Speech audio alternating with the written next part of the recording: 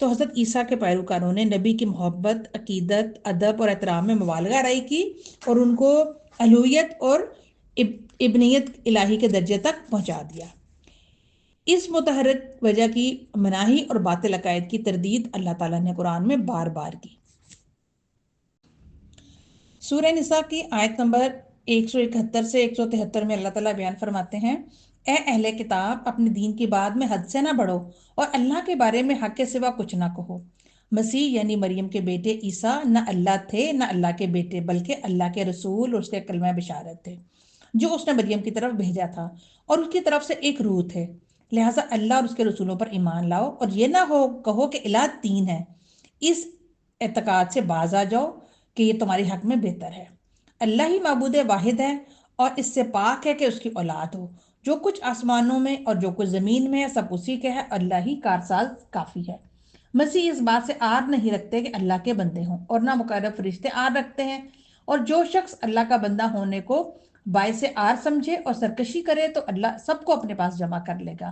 پھر جو لوگ ایمان لائے اور نیک کام کرتے رہے وہ ان کو ان کا پورا پورا بدلہ دے گا اور اپنے فضل سے کچھ زائد بھی عنایت کرے گا۔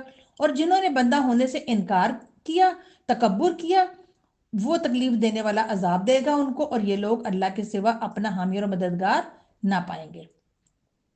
تو لہٰذا ضروری ہے کہ حضرت مسیح علیہ السلام کو اللہ کا بندہ اور رسول اور ان کی والدہ کو اللہ کی نیک اور پاک باز بندی تسلیم کیا جائے۔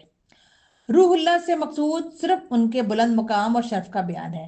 جیسے بیت اللہ اللہ کا گھر، ناقۃ اللہ اللہ کی اونٹنی کہتے ہیں نا، تو صرف مقام اور مرتبہ اور شرف کے اظہار کے لیے اللہ کی طرف منسوب کیا جاتا ہے۔ اسی وجہ سے روح اللہ کا مطلب اللہ کی پیدا کی ہوئی ایک مقدس اور محترم روح ہے۔ پھر تیسرا ان کا غلط عقیدہ کہ قیامت کے دن نجات کا خود ساختہ تصور۔ قالو، وہ کہتے ہیں، لن تمسنا النار الا ایاما معدودات، کہ ہمیں ہرگز آگ نہ چھوئے گی سوائے گنتی کے چند دن۔ تو عیسائیوں کا تصور تھا کہ ہمارے نبی کو دشمنوں نے سولی پر چڑھانے کا ظلم کیا، ہمارے نبی نے اتنی بڑی قربانی دی، ان کی یہ قربانی ساری امت کے افراد کے گناہوں کا کفارہ بن جائے گی، لہٰذا عیسائی جہنم سے نجات پا جائیں گے۔ عیسائی اپنے نبی کو اللہ کا بیٹا اور پھر خود الہ بنانے کے بعد خود اپنے آپ کو اللہ کے بیٹے کے لاڈلے اور چہیتے تصور کرنے لگے۔ وہ کہتے ہیں نحن ابن اللہ نحن احباؤہ۔ وہ ان خود ساختہ من گھڑت باطل تصورات کی بنا پر فکر آخرت سے آزاد شتر بے مہار کی طرح بے لگام زندگی گزارتے تھے۔ اللہ نے ان کی اس بات کی تردید فرمائی۔ ان میں عقیدت تثلیث کب رائج ہوا؟ عیسائیوں کے مشرکانہ عقیدت تثلیث کو رائج ہوتے ہوئے 3 صدیاں لگیں۔ جب عیسائی علماء میں آپس میں اختلافات پیدا ہو گئے، ان کا فیصلہ کروانے کے لیے وہ ایک رومی بادشاہ قسطنطین کے پاس گئے۔ بادشاہ نے ان لوگوں کی باتیں سنی اور اس قول کو پسند کیا جنہوں نے کہا کہ عیسیٰ اللہ کا بیٹا ہے اور وہ تثلیث کے قائل تھے۔ تو حضرت عیسیٰ کی وفات کے پورے 300 سال بعد آہستہ آہستہ غلو اور بگاڑ سے اس عقیدے نے جنم لیا، اور پھر بالآخر 4 صدیاں یعنی 400 سال بعد روم کے کیتھولک چرچ کے پوپ نے کانسیپٹ آف ٹرینٹی کو عیسائی ایمان کا جز بنانے کا اعلان کیا، اور اسی بادشاہ نے حضرت عیسیٰ کی جائے پیدائش پر بیت لحم شہر آباد کیا۔ جس شخص کو حضرت عیسیٰ سمجھ کے سولی دی گئی تھی اس کی قبر پر کنیسہ یا کمامہ تیار کروایا، اور اس کے بعد گرجاؤں میں تصویریں بنانا شروع کی، اور اس سے پہلے ایسا نہیں ہوتا تھا، تصویریں یا مجسمے بنانے کا کوئی رواج نہیں تھا۔ حیات طیبہ میں عیسائیوں کے غلط عقائد کی نفی۔ 9 ہجری عام الوفود میں مدینہ میں عیسائی ریاست نجران سے 3 سرداروں کی قیادت میں 60 لوگوں کا وفد آیا، جنہوں نے رسول اللہ صلی اللہ علیہ وسلم کو حضرت مریم اور حضرت عیسیٰ کے بارے میں قرآن کی رائے دریافت کی۔ ان کے سوال کے جواب میں سورہ آل عمران کے چند رکوعات نازل ہوئے۔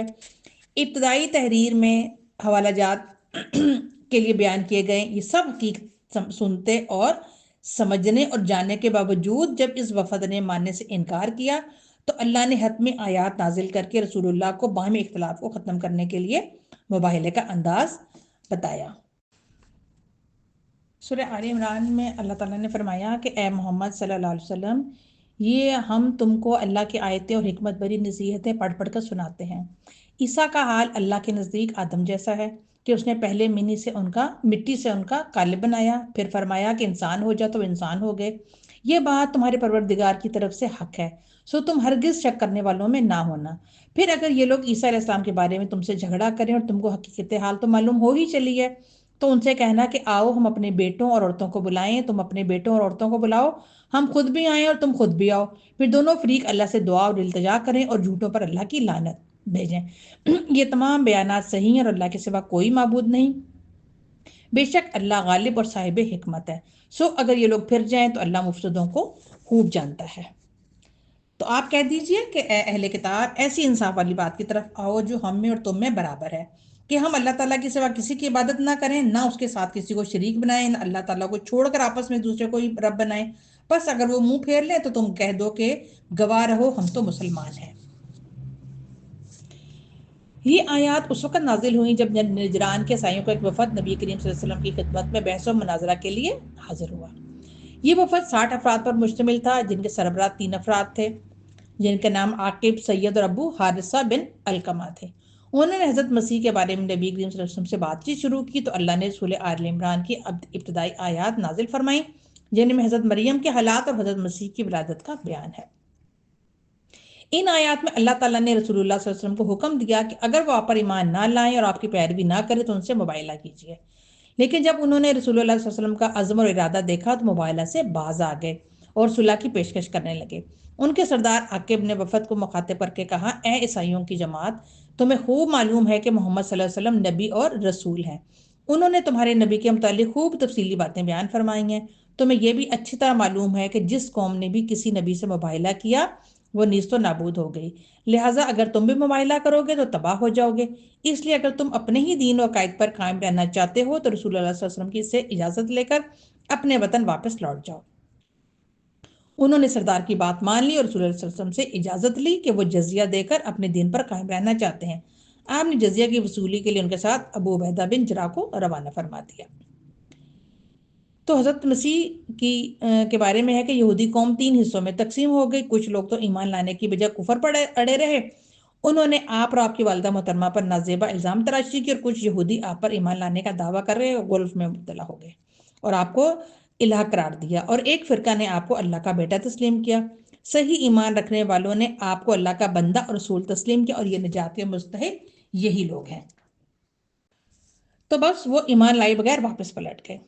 اسی غلط عقائد سے امت کو بچانے کے لیے رسول اللہ صلی اللہ علیہ وسلم نے فرمایا، میری مدح سرائی میں حد سے نہ بڑھ جانا، بلکہ یوں کہنا عبداللہ و رسولہ۔ الہی ہمیں نبی کریم صلی اللہ علیہ وسلم اور تمام انبیاء پر ایمان کے ساتھ ان کی محبت، ادب، عقیدت اور احترام کرنے والا بنا۔ لا نفرق بین احد من رسولہ، اس کے مطابق عمل کرنے کی توفیق عطا فرما، اور ہم سب عاشقان رسول کو حب رسول کے صحیح تقاضے اور حدود سمجھنے کی توفیق عطا فرما، آمین یا رب العالمین۔ سبحانک اللہم و بحمدک، اشہد ان لا الہ الا انت، استغفرک و اتوب الیک۔